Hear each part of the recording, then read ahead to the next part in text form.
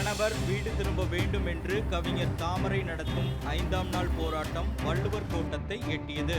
12 வயதுடைய தனது மகன் சமரன் மட்டுமே தாமரைக்கு ஆதரவு தெரிவித்து வந்த நிலையில் இன்று தமிழீழ ஆதரவு மாணவர் அமைப்புகளும் தங்களது ஆதரவை வெளிப்படையாக தெரிவித்ததோடு 12 வயதுள்ள மகன் சமரன் இன்று ஊடகங்கள் வாயிலாக தனது தந்தை தியாகு மீதான ஆதங்கத்தை வெளிப்படுத்தினார். அவரை பார்த்தா என் கோவம் தீர்றதுக்கு ரத்தம் அளவுக்கு அடித்தாலும் பரவாயில்ல, என் கோவம் தீரணும். ஏன் கோவம் சொல்லுங்க? எதுவுமே சொல்லாமல் ஓடிட்டார். ரொம்ப ஏமாற்றமாக இருந்துச்சு. மனுப்பி அப்படின்னா நேராக வந்து கேட்கட்டும், அதையே மீடியா வழியாக சொல்கிறாரு. இன்று 5வது நாளாக என்னுடைய போராட்டத்தை தொடர்கிறேன். என்னுடைய போராட்ட வடிவம் என்பது நானும் குழந்தையும் தியாகுவால் தெருவுக்கு வந்து விட்டோம் என்பதுதான். அதோட இது ஒரு அறப்போராட்டம் தான். நான் வேறு எந்த பட்டினி போராட்டமோ ஆர்ப்பாட்டமோ எல்லோரையும் சேர்த்து முழக்கமோ எதுவுமே நான் செய்யலை. அவர் வீட்டை விட்டு வெளியில் போனார், வீட்டுக்கு வரல, கேட்டால் வேறு ஏதோ காரணங்கள் சொல்கிறாரு. அந்த காரணங்களெல்லாம் உண்மையானவை அல்லன்னு எனக்கு தெரியும்.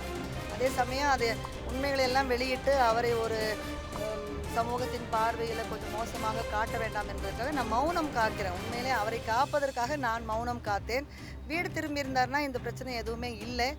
3 மாதங்களாக நான் எல்லா முன்னணி தலைவர்கள் இது தொடர்பாக உள்ள அத்தனை பேருக்கும் நான் கடிதம் அனுப்பி காத்திருந்து விட்டு தான் அவருடைய அலுவலகத்துக்கு போனேன். எனக்கு அவர் இருக்கக்கூடும்னு எனக்கு தெரிஞ்ச ஒரே இடம் சூளைமேட்டில் உள்ள அவருடைய அலுவலகம் தான். அங்கே போன போது தான் உங்களுக்கெல்லாம் தகவல் வந்தது. அங்கே இல்லை, அவர் பூட்டி இருந்தது உங்களுக்கு எல்லாருக்குமே தெரியும். அதனால் அங்கேயே இருந்து 2 நாட்களாக நான் அங்கேயே இருந்து இந்த போராட்டத்தில் ஈடுபட்டேன். அப்போது உங்கள் வாயிலாக ஊடகங்கள் எல்லாம் அவரை தொடர்பு கொண்ட போது நான் எங்கும் தலைமறைவாகவில்லை, எங்கும் ஓடவில்லை, வேளச்சேரியில் என் மகள் வீட்டில் இருக்கிறேன் அப்படின்னு சொன்னார். அப்போ தான் எனக்கே தெரியும், வேளச்சேரின்னு ஒன்று இருக்குங்கிறதே எனக்கு இப்போ தான் தெரியும். அது அங்கே வந்து அவருடைய மகள் வீடு இருக்குதுங்கிறது, அங்கே தான் இவர் இருக்கிறாங்கன்னு நீங்கள் இதெல்லாம் சொல்லித்தான் எனக்கு தெரியும். அதனால் 2 நாட்களுக்கு பிறகு நான் அந்த இடத்துக்கு போனேன். நான் அங்கே போன போது அவர் அங்கே இல்லைனாலும் பரவாயில்லன்னு அந்த வீட்டிற்கு எதிர தெருவில் நானும் என்னுடைய மகனும் காத்திருந்தோம். அப்பவும் வரல. 4 நாட்களாக நான் வீடு திரும்பவில்லை, வெளியில் தான் இருக்கேன். இன்று காலையில் நேற்று இரவு வரை வரல, இன்று காலை வரை வரவில்லை. இனிமேலும் அங்கே வரமாட்டாருன்னு எங்களுக்கு தெரிய வந்தது. அப்புறம் எங்கே போய் இவரை தேடுறதுன்னு பார்த்தா நேற்று ஒரு பத்திரிகையாளர் சொன்னார், அவரை இந்த அம்பேத்கர் சிலை அருகே உள்ள கலைஞர் பூங்காவில் வைத்து பேட்டி எடுத்தோம், அங்கே இருந்தார் அப்படின்னு சொன்னதுனால இன்று காலை அங்கே போய் நான் இதே மாதிரி ஒரு போராட்டத்தில் ஈடுபட்டேன். உண்மையில் நான் கூட்டம் சேர்க்கவில்லை, எதுவுமே நான் சேர்க்கவில்லை. நானும் என் மகனும் இவர் எங்கே போகிறாரோ, இவர் தலைமறைவாகவில்லைன்னு சொல்கிறதுனால நான் அந்த இடங்களுக்கு போயிருந்தேன். அங்கேயும் இல்லை. அப்புறம் இனிமேல் எங்கே இருக்கிறாருன்னு எங்களுக்கு தெரியல, உண்மையிலேயே எங்களுக்கு தெரியல. அப்போ இனிமேல் வந்து இது அவர் போகிற இடங்களுக்கெல்லாம் நான் ஓடிக்கிட்டே இருக்க முடியாதுங்கிறதுனால இங்கே பொது இடம் வள்ளுவர் கோட்டம். அதனால் நான் அனுமதி வாங்கி வள்ளுவர் கோட்டத்தில் வந்து நான் காத்திருக்கிறேன். இனிமேல் மக்கள்கிட்ட நான் பிரச்சனையை எடுத்துகிட்டு போயிட்டேன். இன்றைக்கு முழுக்க நான் இங்கே தான் இருக்கேன். இனிமேலும் இங்கே தான் இருப்பேன். என்னுடைய பிரச்சனைக்கு தீர்வு கிடைக்கிற வரைக்கும் நான் வெளியில் போக மாட்டேன். அதே நேரம் நான் வேளச்சேரிக்கு சில மாணவர்கள் எனக்கு சூளைமேடு அலுவலகத்தில் இருக்கும்போது வந்து பார்த்தாங்க, என்ன நடக்குதுன்னு கேட்டாங்க. இதுதான்ப்பா இந்த பிரச்சனை அப்படின்னு சொன்னேன். அப்புறம் வேளச்சேரி இடத்துக்கு போன போது இந்த மாணவர்கள்லாம் வந்து பார்த்துட்டு, இந்த தம்பிகள்லாம் வந்து பார்த்துட்டு ரொம்ப மனம் கலங்கி போனாங்க. ஏன்னா அது உண்மையிலேயே தெரு முச்சந்தி. நான் வந்து தெருவுக்கு வந்துட்டேங்கிறது அப்படியே நிதர்சனமாக அவங்க பார்த்தாங்க. அந்த மாணவர்கள் இரவெல்லாம் போகவே இல்லை, அவங்களும் அங்கேயே தான் தங்கியிருந்தாங்க, எனக்கு பாதுகாப்பாக தங்கியிருந்தாங்க. அப்புறம் தான் அவங்க முடிவெடுத்தாங்க. ஏன்னா இவர் ஒரு பெரிய தலைவர், இவருடைய வயது என்ன, இந்த மாணவர்கள் இளைஞர்களுடைய வயது என்ன. அப்போ இவங்க என்ன சொல்கிறாங்க, அக்கா எங்களுக்கெல்லாம் முன்னுதாரணமாக இருக்க வேண்டியவர், அவர் இப்படி பண்ணுறது வந்து எங்களால் ஏற்க முடியாது. நீ பெரியவர்களெல்லாம் ஒரு முடிவு எடுத்திருக்கணும். 4 நாட்களாக நீங்கள் தெருவில் இருக்கிறது நாங்கள் கண்ணார பார்த்துக்கிட்டு இருக்கோம். எந்த தலைவரும் எந்த முடிவும் எடுக்காத நிலையில் நாங்கள் இளைஞர்கள் நாங்கள் காத்திருக்க போகிறது இல்லை. எங்களுடைய சொந்த சகோதரி ஒரு அக்காவோ தங்கையோ இப்படி குழந்தைய வச்சுக்கிட்டு தெருவில் வந்து நிற்கிறத நாங்கள் பார்ப்போமா அப்படின்னு இளைஞர்கள் வந்து சொல்கிறாங்க. இந்த இளைஞர்கள் தான் நாளைக்கு இந்த தமிழ் தேசத்தை கட்டமைக்க போகிற இந்த இளைஞர்கள் சொன்னபோது நான் உண்மையிலேயே மனம் கலங்கி போயிட்டேன். இல்லை தம்பி, நான் இது தமிழ் சமூகத்தின் முன்னாடி வைக்கிற கேள்வி தான்.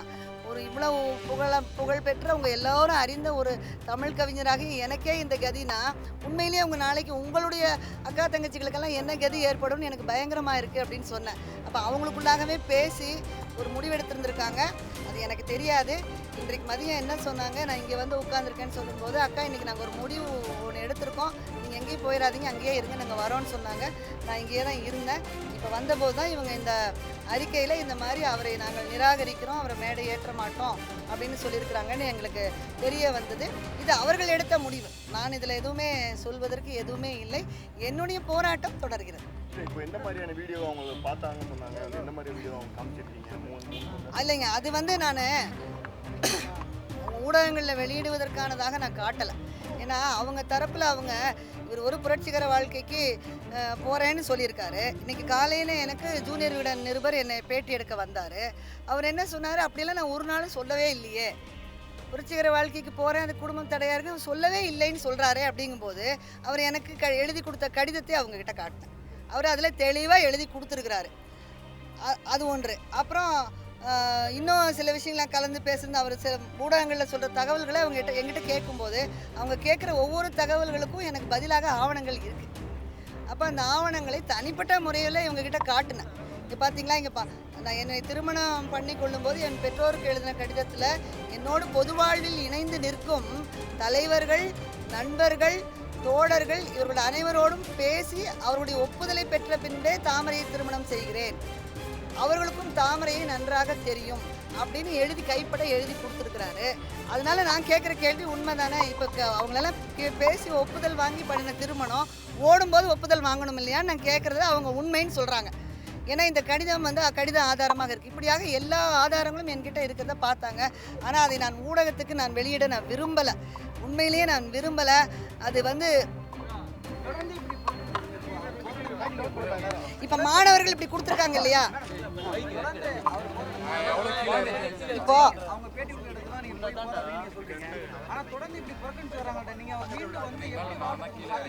இல்லப்பா அதுக்கான சாத்தியங்கள் ரொம்ப குறைஞ்சு போச்சு. ஏன்னா அவரு அடியோடு சொல்லிட்டாரு, இனி ஒருபோதும் நான் வீடு திரும்ப போவதில்லை அப்படின்னு சொல்லிட்டாரு இல்லையா. அது அப்புறம் எதுக்கு போராட்டினா? எனக்கு இன்னொரு கோரிக்கை இருக்குல்ல, ஒருபோதும் வீடு திரும்ப போகிறதில்லைன்னு அவரும் போயிடுவார், நானும் போயிடுவேன், நீங்களும் போயிடுவீங்க. நியாயம்னு ஒன்று இருக்குல்ல. ஆமாம், ஏதோ ஒன்று வெளியில் வரணும் இல்லை. இப்படி ஒருத்தர் திடீர்னு காணாமல் போக முடியாது. அவர் ஒரு பொய்யாகவே தன்னை நிரூபிச்சுக்கிறதுக்காக பண்ணுறாருங்கிறது இப்போ மாணவர்கள் உணர்ந்துட்டு தானே சொல்கிறாங்க. ஆமாம், நான் அங்கே போனேன் இல்லைப்பா, ஏன்ப்பா வரல? 2 நாளாக எனக்கு அது அப்போ ஏன் தலைமுறை எல்லாம் ஓடலை? ஏன் சொல்லுங்க, ஒரு தவறு இல்லாத ஒரு மனிதன் ஏன்ப்பா ஓடணும்? வீட்டை விட்டு ஓடின கணவன் வீட்டுக்கு திரும்ப வேண்டும் என்று கேட்பது ஒரு மனைவிக்கும் மகனுக்கும் நியாயமானதா, யதார்த்தமானதா இல்லையா சொல்லுங்கள். உங்கள் வீட்டிலலாம் என்ன நீங்கள் ஓடி போனீங்கன்னா என்ன நடக்கும்னு எனக்கு தயவு செய்து சொல்லுங்கள். அதாங்க இப்போ உங்கள் முன்னாடியெல்லாம் தெரிஞ்சு போச்சு இல்லையா. அதுதான் இப்போ உங்கள் எல்லாருக்குமே தெரிஞ்சு போச்சு இல்லையா. அவர் ஓடி ஒளியிறாரு, அதே சமயம் கேள்வி கேட்டால் நழுவுறாருங்கிறது தெரியுது இல்லையா. இதுதான் ஒரு தமிழ் தேசிய தலைவன் தமிழ் தேசியத்தை காட்டித்தான் என்னை அடைஞ்சார். தமிழ் நம்ம 2 பேரும் தமிழுக்காக உழைப்போம் வான்னு சொல்லி தான் என்னை அடைஞ்சார். அதனால் இது வெறும் ஒரு குடும்ப பிரச்சனையாக நான் பார்க்கல. இதையெல்லாம் செஞ்சுட்டு கடைசியில் தமிழ்னு நம்பி வந்த நான் வந்து தெருவுக்கு வந்துட்டேனே அப்படிங்கிறது தான் என்னுடைய ஆதங்கம். இதுக்கு இப்போ உண்மையிலேயே தமிழ் தேசிய தமிழ் திராவிட தலைவர்கள், தமிழ் உணர்வாளர்கள் பதில் சொல்லணும். ஏன் இன்னைக்கு வரைக்கும் பதில் சொல்லாமல் இருக்காங்க?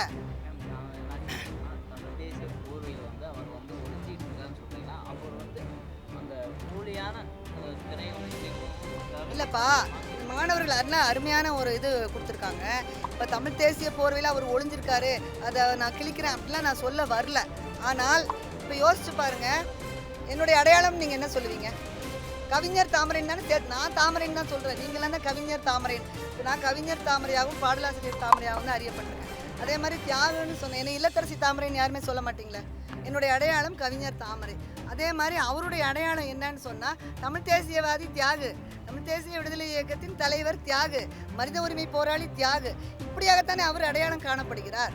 அப்போது நான் இப்போ ஒரு பாடலில் ஒரு பிழையாக ஒன்று எழுதிட்டேன்னு வச்சுக்கோங்க, தப்பான ஒரு பாட்டு, நான் ஆபாசமாக எழுத மாட்டேன்னு சொல்லியிருக்கேன், ஆனால் நான் எழுதிட்டேன்னு வச்சுக்கோங்க, என்னைய படிப்பீங்களா இல்லையா?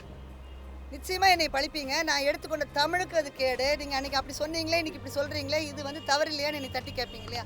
அதே போல தான் அவர் செய்கிற தவறு என்பது அவருடைய அடையாளமாக எதை வைத்திருக்கிறாரோ, அவர் எதை அரசியலாக எடுத்து செய்கிறாரோ அதன் மேலே நிறுவப்படுகிற களங்கமாக இருக்கும். அப்போ இந்த மாதிரி ஒரு பொது வாழ்க்கையில் இருக்கிறவங்க பொறுப்போடு இருக்கணுங்கிறது அதுக்காக தான் சொல்கிறது. கடைசியாக விவாதமா இல்லை சேர்ந்து வரணும்னு நினைக்கிறீங்களா? பாருங்க, சேர்ந்து வாழணும்னா அவர்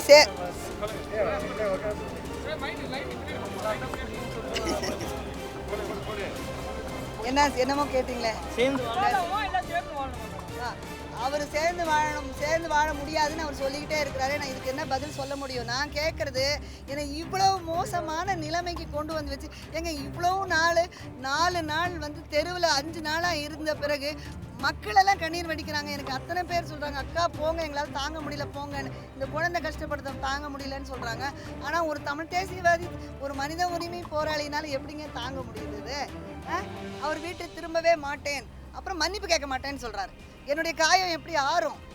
உண்மையிலேயே மனம் திருந்தி என்னுடைய முதல் நிபந்தனை, அவர் எல்லாரும் முன்னாடி வந்து இங்கே நின்று என்கிட்டையும் குழந்தைகிட்டையும் நம்ம எல்லாருடைய தமிழ் மக்கள் எல்லாருடைய நேரத்தையும் ஆற்றலையும் வீணடித்து எல்லோருக்கும் இவ்வளோ சொல்ல ஒண்ணாத மன துன்பத்தை ஏற்படுத்தி இந்த தமிழுக்கும் இந்த தமிழ் தேசிய அரசியல் எல்லாத்துக்கும் களங்கத்தை ஏற்படுத்தி பகிரங்கமாக மன்னிப்பு கோர வேண்டும், நிச்சயமாக கோர வேண்டும். அது பண்ணினா தான் என்னுடைய மனக்காயம் ஆறும். தமிழகத்தினுடைய மிகச்சிறந்த ஆளுமையாக விளங்கி கொண்டிருந்த கவிஞர் தாமரை அவர்களுடைய வாழ்க்கையை கேள்விக்குறியாக்கிவிட்டு இன்றைக்கு தலைமறைவாகி இருக்கிற தோழர் தியாகு அவர்கள் தமிழ் தேசிய போர்வைக்குள் ஒளிந்து கொண்டிருக்கிறார். அவர் தமிழ் தேசியத்தினுடைய மிகச்சிறந்த ஆளுமையாக தன்னை பரிணமித்திருப்பதாக பொதுமக்களிடமும் வெகுஜன மக்களிடத்திலும் பெரிய நன்மதிப்பை பெற்றிருந்தாலும் அவருடைய சமீபகால நிகழ்வுகள் மிகவும் ஒரு சராசரி மனிதனுடைய வாழ்வியலுக்கு கீழ்த்தரமானதாக இருக்கிறது. பொது வாழ்க்கையை அவர் தொடங்குவதற்கான பொது வாழ்க்கையில் இருக்கிற ஒரு மனிதனுடைய எந்த ஒரு செயல்பாடுகளுக்கும் அவருக்கும் எந்த சம்பந்தமும் இல்லாமல் இருக்கிறது. ஆகவே தோழர் தியாகு அவர்களை அனைத்து மாணவர் இயக்கங்களும் இனி எந்த ஒரு நிகழ்வுக்கும் அழைப்பதில்லை என்றும், அப்படி அவர் அழைக்கப்படுகிற நிகழ்வுகளிலே நாங்கள் பங்கெடுப்பதில்லை என்றும் முடிவெடுத்திருக்கிறோம். அதை இன்றைக்கு மாணவர் அமைப்புகள் அனைத்தும் ஒருங்கிணைந்து ஒரு கூட்டறிக்கையாக கொண்டு வந்து தோழர் தாமரை அவர்களிடம் கொடுத்திருக்கிறோம். 5 நாள் தொடர்ந்து அறவழியில் போராடி வரும் பாடலாசிரியர் தாமரையின் போராட்டத்திற்கு கணவர் தியாகு பதிலளிக்கவில்லை எனில் தியாகு மீதான குற்றங்களை காணொலி ஆதாரமாக வெளியிட இருப்பதாகவும் கூறப்பட்டது. அசோக் குமாருடன் ஷேக் பரீத், ரெட் பிக்ஸ் நியூஸ்.